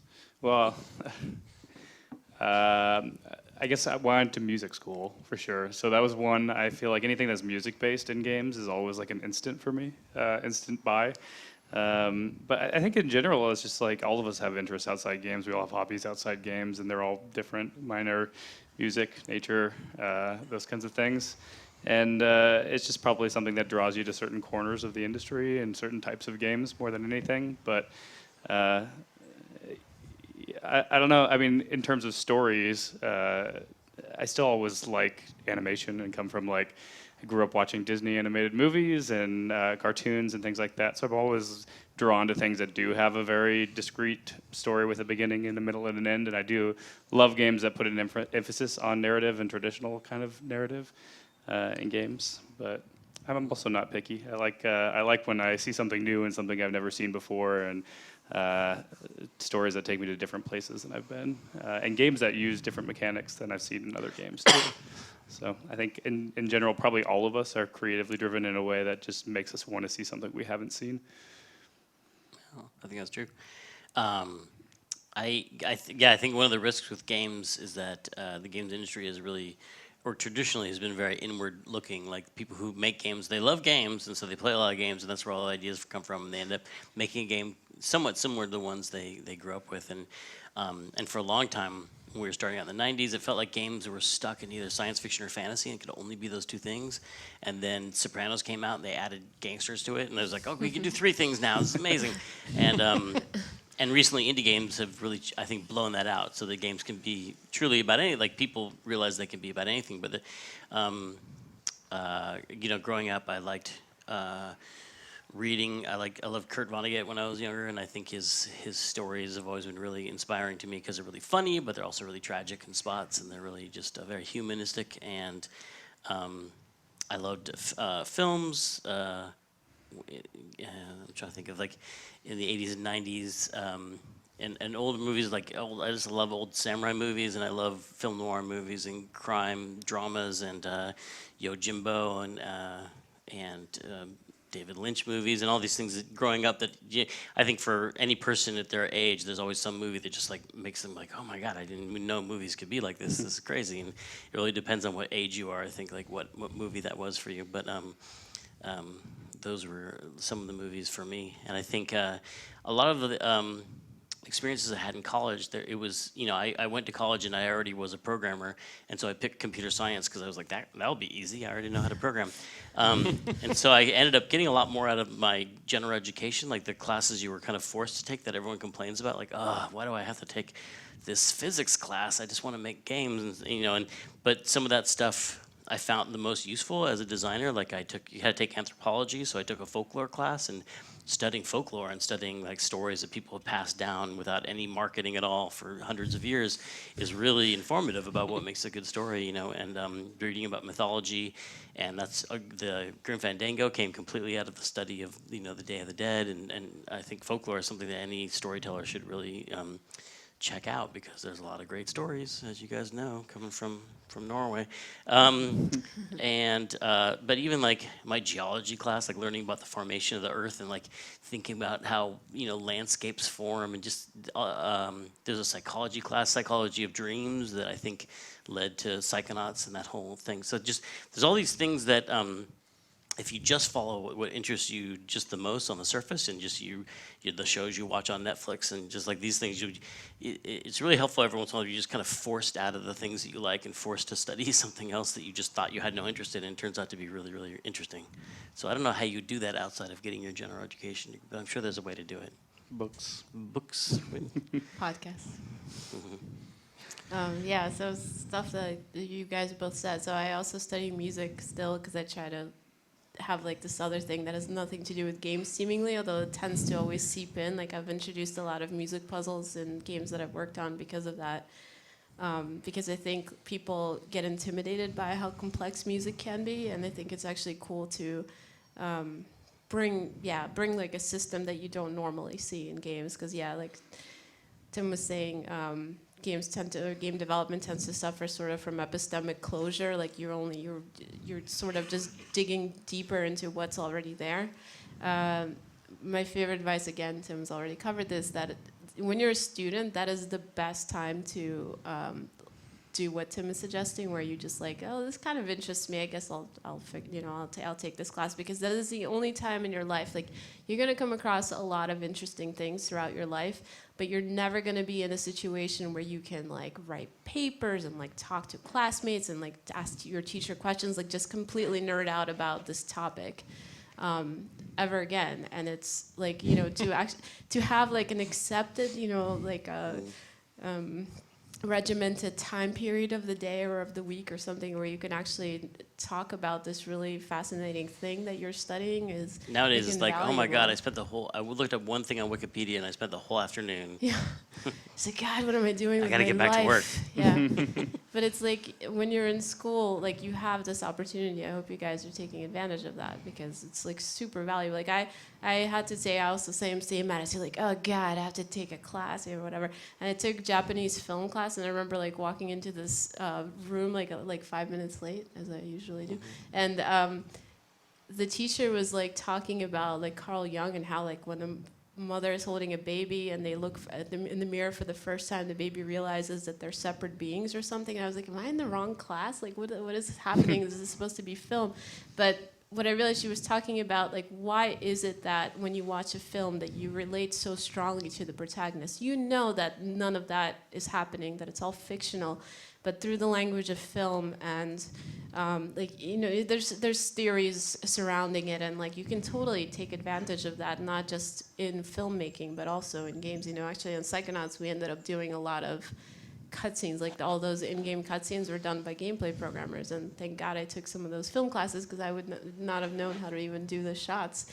But it just like it gave me things like I never thought that class would be so useful in my career. Much like you probably didn't realize like the anthropology and like the dream study classes would, and same thing for like these things that you might not have realized you have any interest in whatsoever. So but again, like, so when I was young, when I was a teenager, I lived in kind of a boring place, and so if there are people who knew like weird stuff, like Terry Gilliam movies or David Lynch or something like that, I gravitated towards that. So I really liked the super weird stuff, and it was like finding like a treasure, because people in general didn't know about that stuff, and I felt like I don't know, like I saw a part of life that is normally hidden, and that's kind of like still the way I operate. Like I try to look for special things that are a little bit weird and off kilter, I guess, and that appeals to me. That's not to say that I don't like mainstream stuff at all, but it's a different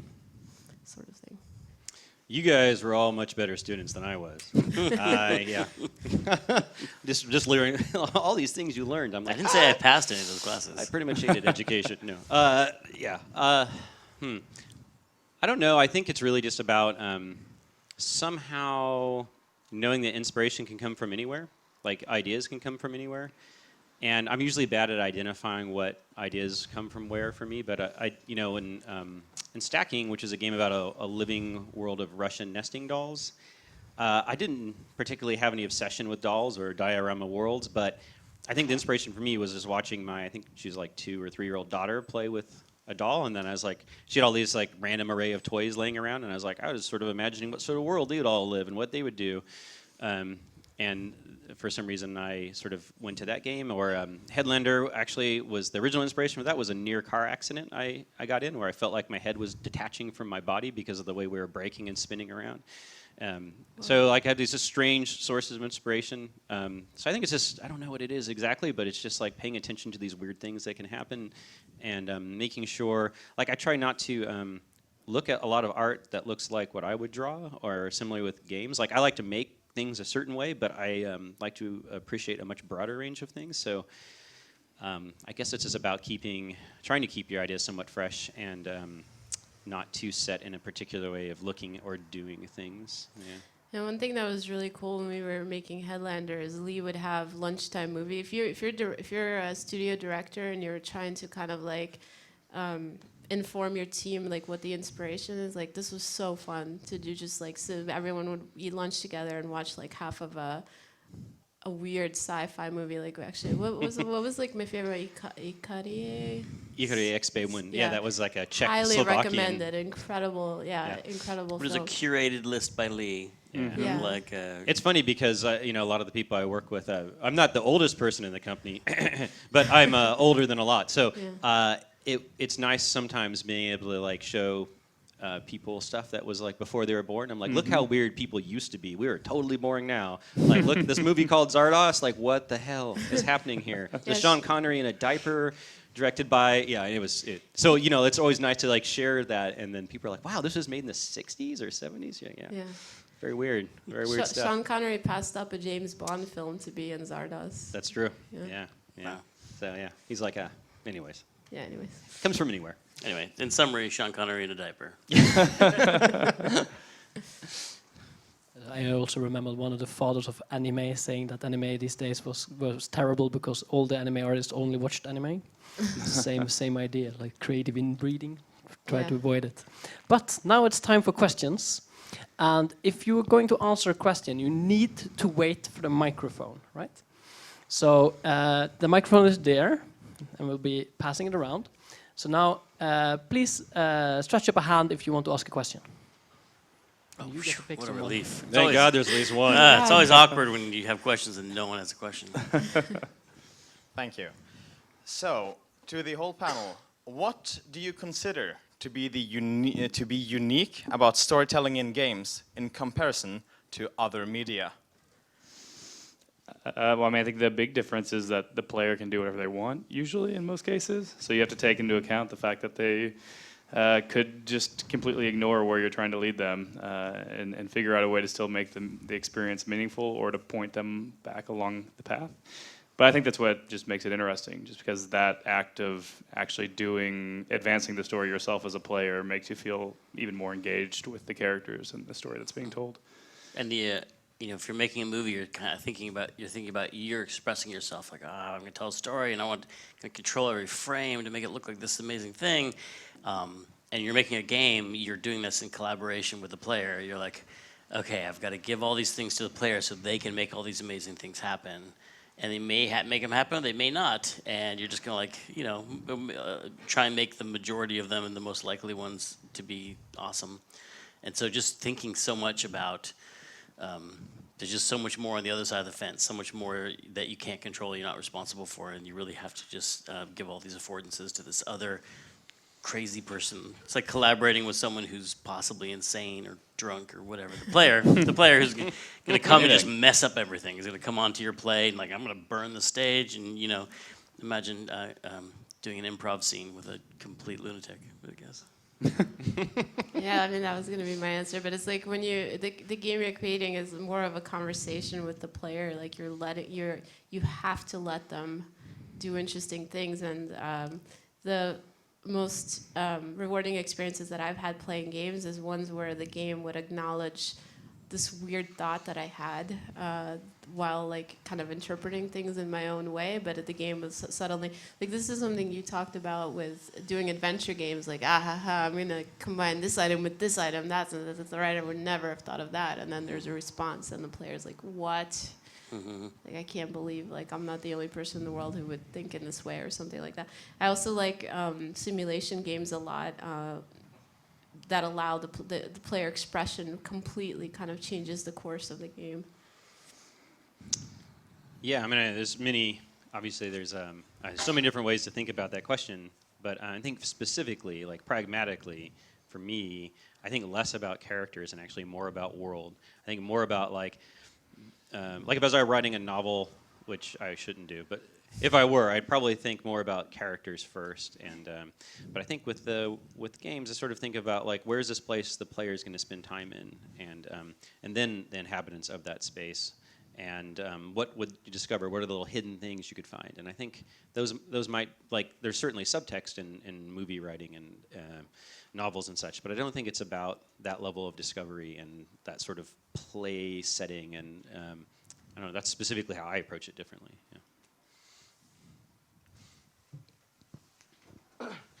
Yeah. I was wondering about, you use a lot of comedy in the games, and I was wondering when you decide that something's funny and something's not funny, and what kind of audience you'll bring in with one type of humor, and what audience you will kind of push away because they think it's either childish or too mature, and yeah, etc.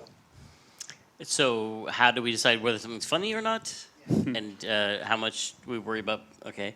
I mean, my earliest experience working in games was, I was a writer on, and I worked on Secret of Monkey Island. It's really old. And Dave Grossman and I shared an office, and we would write dialogue all day, and then in the afternoon, Ron Gilbert would come up and play it, and we just sit there watching him like, oh, he's gonna laugh, and he really has a really angry, mean face, of course, so he just like, oh, we gotta make that better. And then we would just try and make each other laugh in the room, and if it laughed, we tend to like keep it, and then if no one laughed, we'd be like, oh, I'm gonna go cut that, I'm gonna go take that out. And it was kind of like we were just playtesting it every day, and back then we were not plugged into the whole world on the internet. You know, there was no internet, and there were just magazines, and so it was really just us. It was really just like, oh, let's just make stuff that we think is funny. And on the beginning part of the project, I didn't even think our dialogue was going in. I thought we were writing the temp dialogue that Ron would come through later and clean up and make legitimate, because we were putting all these stupid jokes with trademark symbols everywhere, and then Ron's like, no, this is the dialogue, this is it, this is the game's gonna be, this is it. I was like, oh no, we have to go rewrite this. He's like, there's no time. Oh, okay. So, but it took off a lot of the pressure. You know, we just not thinking that we were writing the actual dialogue for the game. At least I didn't think we were writing the actual dialogue. Took a lot of the pressure and worry out of it. And so, I mean, I think you have to trust your own. At that time, I'm not really thinking about audience, except for like, and I think that's a Kurt Vonnegut quote. He'd always talk about, like, if you write trying to please everybody, you'll just make this bland, really mishmash thing. And so he had somebody, sometimes it was his wife, and sometimes it was someone else, who would just pick one person and just try to imagine their face as he was writing and be like, would they like this? You know, and just try and pick one person that he was trying to please, or it could be yourself. And then at least you know, like, okay, I think I've got one person who will like this, even if the whole rest of the world hates it. Because otherwise you could make something that nobody likes, because you're just trying to please everybody. Yeah, we had, so similar to your story about making David laugh, I had a gameplay programmer who's actually still at Double Fine, Ki Chi. So he and I would sit next to each other, and we would do these in-game cutscenes. And the way that it worked is that the animators set up, like, you know, these game libraries, or animation libraries for us. And there was this one animation on the face of Raz where he'd go like like that, like where he's like grimace or something like that, and we thought it was so funny. And I would try, I don't know why, but I would try to get it into as many cutscenes as possible, just because it became this inside joke between us. We'd both do this, and then a lot of them, most of them stayed. I think whoever actually went through, like an animator, did go through and just make sure that we didn't, you know, shit the bed on those or whatever, like on the cutscenes, and they did take out a couple of them. And later he told David Russell, it was Rusty, who was like, "Why did you use that everywhere?" But he left a bunch of them in, so that was pretty good. And it's not to say that I feel like when we're writing and making each other's laugh, it wasn't all just in jokes that we would we would get, but you know, just jokes that legitimately make someone laugh. Yeah. But the other thing though, when we were around, there was internet, and so we knew people had opinions, and so we would imagine, like if there was something like, you know, like a joke wasn't quite pulled off, like we knew we could do better or something like that. This is on the gameplay programming team, because we actually Tim gave us a lot of creative input into the game. But we, like, the way we would think of the audience is like, oh, they would know, they're so much smarter than us, they're so much funnier, they expect a lot from us. And they'll know that if we didn't polish this, that it just wouldn't be good enough. So we did think of this hypothetical audience who was way smarter and funnier than us, and like it was, yeah, we tried to please them, which I don't know if that worked, but. I don't know. I think my goal is to always use the word "shit the bed" in public speeches. That's how I know if it's funny or not. Mission accomplished. Yeah, mission accomplished. Well, I think it's just like anything else, you know, in making a game, whether it's art or writing or gameplay style. I feel like you just have to make it for yourself and the team, and then be open to feedback and criticism, rather than trying to figure out what everyone would like. Maybe if that's your goal, if your goal is to make, you know, we want to continue the saga of Call of Duty in this exciting new installment, you probably have a lot of research and player feedback, and maybe that's a different sort of task, and there's nothing wrong with that. It's just not usually the task we have. So I think we make something that the team is excited about, and you feel is interesting, and then when you play test the game, you know, or invite other people to look at it, you're open to that feedback, and not be too walled off when you get that feedback. Yeah.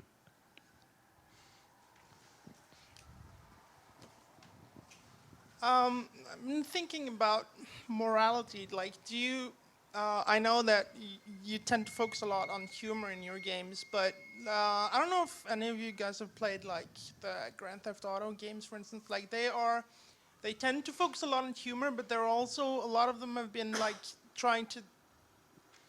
They have like a point at the end, like that there's like a moral going on there. So I don't know, is that something that you think about in your games, or are you merely trying to entertain people? It's hard for me not to think about that stuff, you know.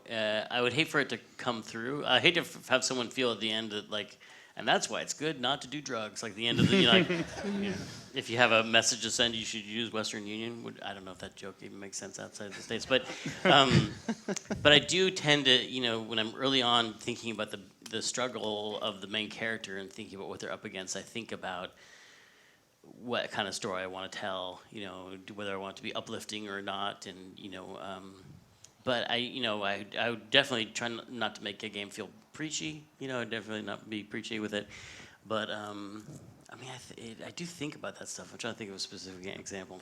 You tend to write characters that are like good-natured, like fundamentally.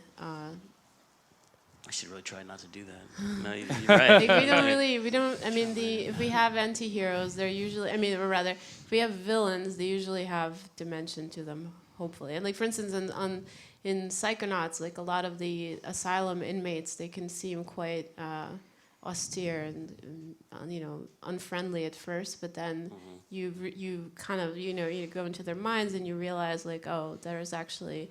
This is why they're the way they are, or like you gain an understanding. So it's not like a Dickensian two-dimensional villain or something. Yeah, I think. Like I mean, hopefully that's a good example of that. It's not like there's not a real moral. I wouldn't say there's one moral in Psychonauts. Hopefully, I mean, try not to just kind of more bring up themes that people can think about on their own. But I think definitely there's a point of view. I would say more than a moral, and I think Psychonauts has a point of view that you'll meet people who you might write off as crazy or as really doing negative behaviors you want to get away from. But if you go into their mind, you'll often see that they're just struggling with some inner demon. They're just wrestling with some pain or fear in their own life, and that they're all in that game. They're all redeemed. They're all redeemed and shown to be just humans like Raz, you know. And I feel like that's not like a moral I'm trying to hit people over the head with, but that was definitely the point of view that the writing of that game came from. Yeah, and then on the other hand, you also had teachers who seemed to be just like, oh, they are super bally. There's nothing wrong. Like Mia was one of your two. She's very cheerful. There's always like she's. Then you go into her mind, and it turns out that the orphanage where she worked burned down, and all the children died. And it's like there's actually some darkness there too.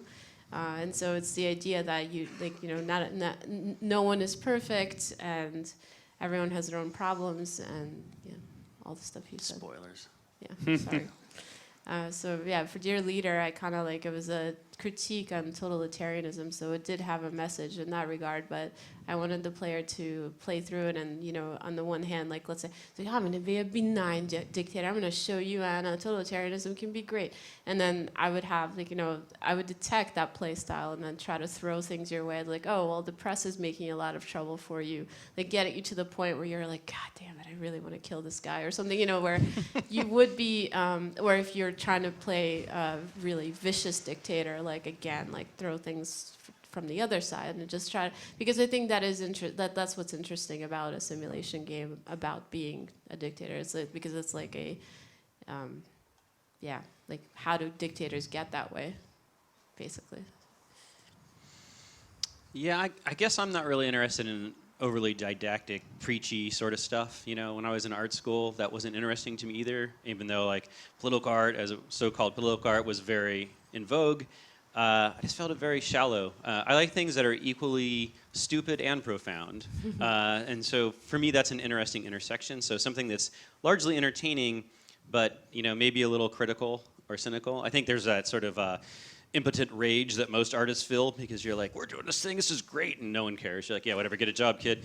So there's like always that like fundamental, I don't know, I guess I just have a fundamental distrust of any organization or bureaucracy. So there's always like a subtle like critique, like all the sort of systems and bureaucrats and leaders in these games that I work on always have like these ridiculous flaws or these incredibly dumb systems, and then like the vacuum cleaner is actually much more advanced than the intelligence controlling this entire world. I don't know. I guess that sort of comes out in there, but it's not meant to be, not meant to give people, convince people. Certainly, if it's something you want to explore and engage with, take it your own direction. Whatever. This is what I feel I need to explore myself. And the last thing I'll say is like we don't have any rules about like we don't want to make violent games or anything like that. But at some point, when you're making anything up, I think there's a thought process you go through where you're like, does the world need any more of this? Like, if I'm going to tell this kind of story, does the world really need one of the like what do I want to put out into the world? What do I want to make more of? And I do go through that process sometimes. Like, I think there's enough of these kind of stories. Like, I'm going to tell one of these. So, I don't know if that's morality or not. We're just trying to mix things up.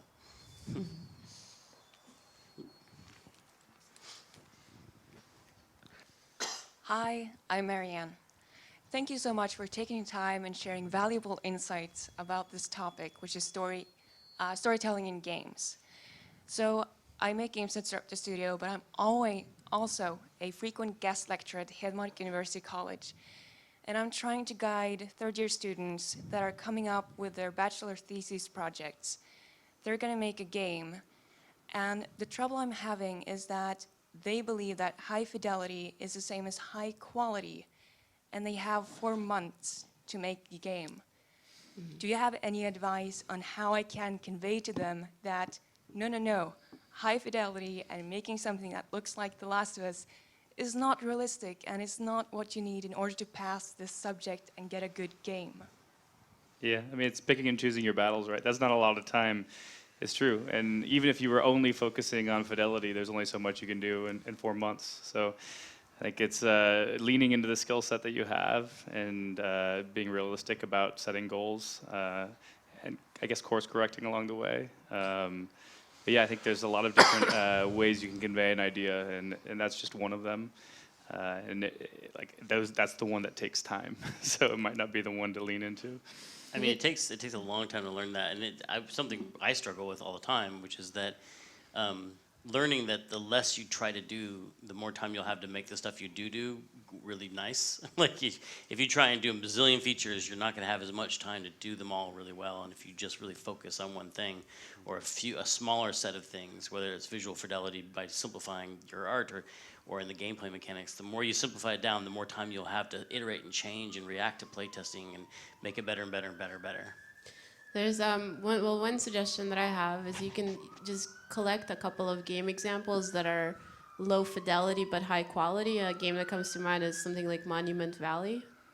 Very high quality game, fairly low fidelity art, right? I mean, they definitely, there's a lot of stuff going on in that game, but if you look at what it's actually, how it's put together, it is not, you're not going to struggle from expectations on the player for like, oh, this animation didn't play perfectly, or they didn't grab the door exactly right, or something like that.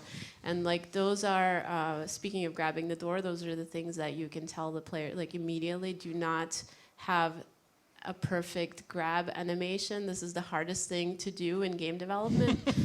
I don't know why, but it is. Well, I know why, but you know, just things like that. Just any kind of in-game interaction. Just make it as like, you know, being if this is a type of game where you have a billion objects that you can walk up and do something with. Make that interaction like, you know, the player taps a button or whatever it is, and the thing just does it. Like you don't have to do the actual, you know, the artistry of that connection. But the best thing to do is to just demonstrate it by showing them a couple of games that can do it really well. Like Reigns is another really good game for like, you know, for mobile, I guess. Show them examples so they understand just by looking at it. Like, oh, okay, this is what she means. Yeah, I mean, I think Anna's right, like getting exposed to some of those games, if people aren't just, you know, making sure that in addition to playing a $80 million game, they play a $250,000 game, just to sort of, you know, because they're just different experiences, and not to see them as one is better, they're just different. But I think, I don't know what their task is, but, you know, for example, you could say, make something memorable. Right? Like, are people going to remember if you somehow manage to climb the fidelity tower and make one character almost as good as Last of Us? Is anyone going to remember that? Probably not. You know, and so there's many ways to make something memorable, but make something memorable, and that's what you're going to be graded on, if it's memorable, or you know, some other sort of axis of evaluation that's not just craftsmanship. Yeah. I was just wondering. What do you guys feel is the most rewarding part of making a game, personally? Who's going to start with that one? Greg? Oh, gosh. That's tough. You know, I mean, the things you think about are actually like the moment to moment on the team, like the people you're working with. Those are the things that usually stick around more than anything for me. Just even sometimes it's nothing to do with the game itself, but just working in a group of people who's, you know, all have their own thing they're bringing to the table and their own strengths. I think those are the best things. Living it.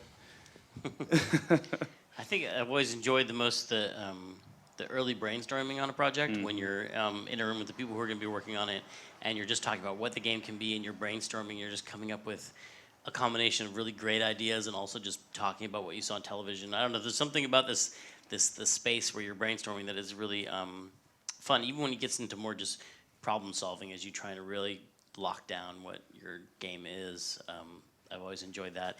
And then I also like near the end of the game when there's still enough time to make changes on the game, but there's already enough in the game that you can look at, instead of like you can look at the difference between what the game should be and what it is clearly, because there's just a hopefully small difference there, as opposed to like before where you're just trying to like build up, and then pretty soon like, I see, it's gonna be good if we can just change the 1,000 things, and that lasts for about 3 days, because like usually it's too late really quick to make any of those changes, but I like those 2 periods. Oh, I'm glad you enjoy those periods.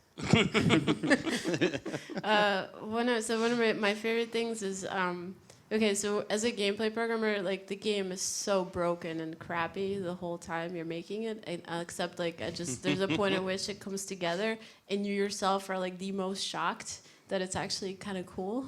I remember on Psychonauts when we would like, we had this thing where the whole company would sort of test the game to make sure there are no bugs and stuff. And like something like a few months, like 2 or 3 months before ship, like people started writing like, oh, I played this level, it was no bugs. And then all of a sudden people started sending emails like, I played this level, no bugs. And it was fun, you guys. It was actually kind of fun. We were like all super shocked by it. And there's this wonderful moment when everything, like you're so freaked out that's like, oh God, this is just not working. This is not how I hoped it would go. But then it all of a sudden does, and it comes together, and it's shippable. And the experience, like what Greg said, the experience of being on the team and like working together, because you kind of have to like you have to keep being excited about the game, and like someone like if you're working with people who are really fun, like there's a lot of personality that you recall, and then when you play the game, I know like there's something about Psychonauts which I've never been able to play, but this one level, like Velvetopia, where the whole team kind of worked on it, and you can just, it feels like the person that you worked with 10 years ago walked in, sat down next to you, and was just like playing the game with you, because it was like there's so much personality in this one animation, that this person did, or like this line of dialogue that Tim or Eric wrote, and like or this like little level design traversals. Like oh man, Eric Robson like totally like made sure that this was fun, and it feels like you're hanging out with your old teammates, and like that is irreplaceable, because you can never have like kind of that group together again, but you like put a bit of your soul into the game that is still there, I guess. You still have a soul? Not much. I gave mine up a long time ago. I don't know. I guess for me it's the same as making any piece of art. It's being fortunate enough to for your living be able to like make this thing that didn't exist beforehand, to work with people to like breathe life into some strange little world that somehow didn't exist before. Just the really simple act of creation, I guess, is still the most magical for me. It's probably magical too in art, because the creative process is like, this is going to be great. Then it's like 2 years of, holy shit, this sucks. What are we doing? Self-doubt. It's terrible. And at the end, it's like, oh, it's coming together. I'm not going to be fired. This is great. Everyone's not going to hate me. But somewhere in that process of ups and downs, it's just like still magical to like have given this thing a little bit of life somehow, and hopefully people enjoy it. I think the one thing that's specific to games and not other forms of art is how malleable they are too. The fact that they really can be anything. So it's not like a film that it's going in a specific direction, but that anything you can possibly think of could just be manifested and suddenly come to life on the screen. And we're also really lucky to work. Like people talk about, it's like opera in a way, where games are one of those art forms that brings together every other single art form. There's painters, there's sculptors, there's programmers, and there's artists. There's actors and musicians and sound designers and all these different creative works and writers, all coming together to put on this show together, which is really fun, because no one part of the thing is amazing just because of one of those disciplines. It's usually they all came together and made this thing that they couldn't have made separately, which is neat.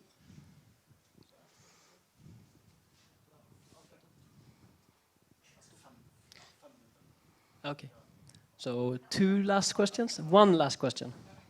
One last question. One lucky man. Oh, there's a disembodied hand the over bookshelf there. itself has a question.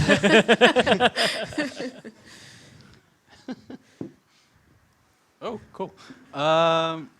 Okay, in short, of all the games you guys have made so far, what is each of you guys' favorite game of the ones you've made and worked on?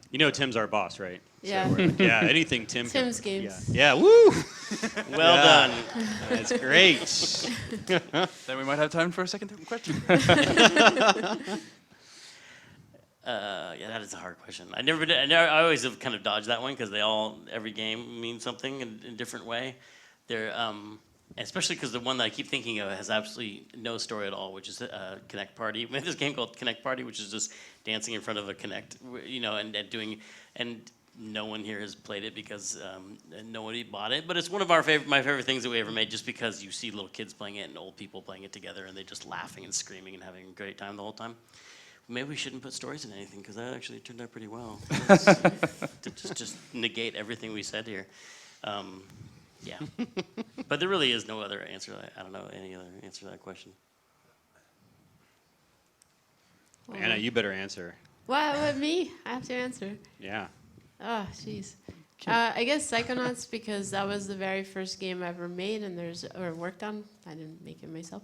I worked on, and it was like, I remember like when I first visited the offices, like how much, like how magical it all was. Like I couldn't believe I was around these people who actually made games, and then I became one of those people, and it was like, you know, it was a really difficult project, and we worked very long hours, and I spent a lot of time with those people, and the kind of like relationships and camaraderie that I built with those people is just like irreplaceable in my mind, and that's why I kind of like don't play that game very much, just every once in a while to be reminded of the people that I knew at that time in my life. Yeah. Do we answer that one too quickly? We can take another question, I think. Yeah. Yes. Who is the lucky person this time? Or sound guy? Uh-oh. We'll talk about the importance of audio in games. Yeah, you guys haven't talked about audio enough. Working hair privilege, yay. I was going to ask you about the palette swap. How does, when, I just closed down my questions because I didn't have, well, okay. Why doesn't more games write stories that go parallel to each other? In the sense, like, you often have these games who say, oh, you can change the story, but when you do like a change, like you do a thing in the game that changes it, in quote unquote, and then you enter a new place, and then you replay it, and then you do the different change, and it's basically just a palette swap. The character that you met now is wearing white clothes instead of black clothes, and you get these powers that are differently. It's not even the same, or not even a different animation sometimes. But how, is the cost and time of programming and writing different types of storylines that go parallel to each other but ends up very differently too much, or? Yes. Yes. That's pretty much the answer there. That stuff all costs tons and tons of money. I think is one. I don't know if anyone has a better answer. There's a film that they made where I think it was a Polish film. I need to remember what it was called. I'll get back to you on that. But it was like the old. They even it was such a gimmick. They constructed a special theater where each audience member votes, and then they tally their votes, and then the film completely changes. Well, like so it's now available on DVD, so you can totally see exactly, like, you can try out all the stories. And in fact, means branching story. I think, you know, in novels, like there's the choose your own adventure stuff, which are just pretty much universally terrible. Like there's some concept that when that is so branching, you can never hit every possible branch, right? But when it branches so much, it somehow seems to lose meaning for people as well, even though you want agency. And I don't know if that's best expressed with sweeping story changes, or it's best expressed as moment-to-moment interaction and small choices. You know, sort of like life itself, right? It's not like I'm going to back up and go 20 years and do something different, and even if I would want to, but you do make those choices that are in front of you all the time. So I don't know. I feel like it'd be great to have more layers of that. And I don't know. Yeah. I don't know. So in addition to the cost, which is also like eventually you can only do so many, and at what point does it become good? I don't know. one thing I tried to do in Dear Leader is actually make it so that like completely new events would get shuffled in. Like there would be things that would stably be there across the game, but that, you know, who the trader is would change, or based on your interactions, which could be a significant thing, right? There's like, yeah, you know, it doesn't have to be a clean branch of a story, but it is because it's too expensive usually. So that will be our final question. I can chime in on the last one and say definitely, if you branch once, then half your work is on display, and if you do it more, then it breaks down quickly. But yeah, so of course we will be there. You have some workshops and talks during Konsoll. I don't have a complete overview. Perhaps you can mention it quickly. I know Lee has a workshop. Yeah, a workshop tomorrow. Tomorrow's Thursday, right? I don't know what time zone I'm in. Norway. Norway time zone, yeah. We're doing a workshop tomorrow, which is going to be an art jam, which is just sort of a way of kickstarting. See, I can't even talk. Kickstarting some of the visuals and ways of thinking about your games. We're going to do like a really mini version of it, and it's not a Kickstarter workshop. A lot of drawing, but it's really about ideas, not how good the drawings are from a piece of art standpoint. So even if you're not, you know, Michelangelo, you can still participate. And Could it'll a be great. programmer attend? Yes, of course. As long as they're willing to draw No. and be talked You're about. sold out, Lee. Oh. Oh. Well, you could theoretically have attended, Okay. but yes. Well, bummer. So maybe there's some there. Yeah. I am giving a talk, as I mentioned, on Friday about every aspect of dialogue. Includes everything from writing to recording sound to, you know, if you choose to do voice dialogue, what the cost will be to your project, localization, everything that you might want to know about. And then I'm also doing an AI panel, I believe. And that's also Friday. We're all looking at Lynn. What are we doing? What else are we doing? Yeah. Yes. Perfect. And what am I doing? You're having a chat with James Portnow Yeah, from Extra that's right. Credits. Who here has heard about Extra Credits? There we go, yeah. So they're going to be talking to you for a few hours tomorrow. No, on Friday. Okay.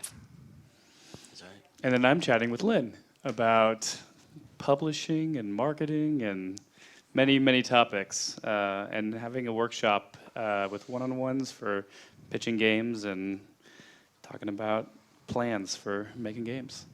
Is that also filled up? Yep, totally sold out. Yeah. But that will be it for us for now. We run out of time, and I would like to give our guests a final applause if you appreciated it all.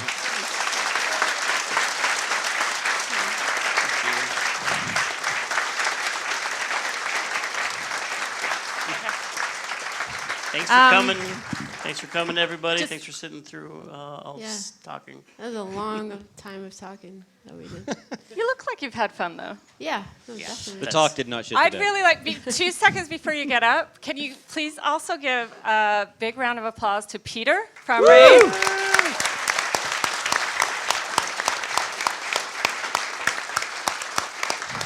And I also really want to give an applause to our local library. I don't think a lot of cities are as lucky as we are to have a library that has games so much in focus for that. So Pierre and Bergen Public Library, is that what we call it in English? Yeah? We're extremely jealous of Public you guys. library. Woo.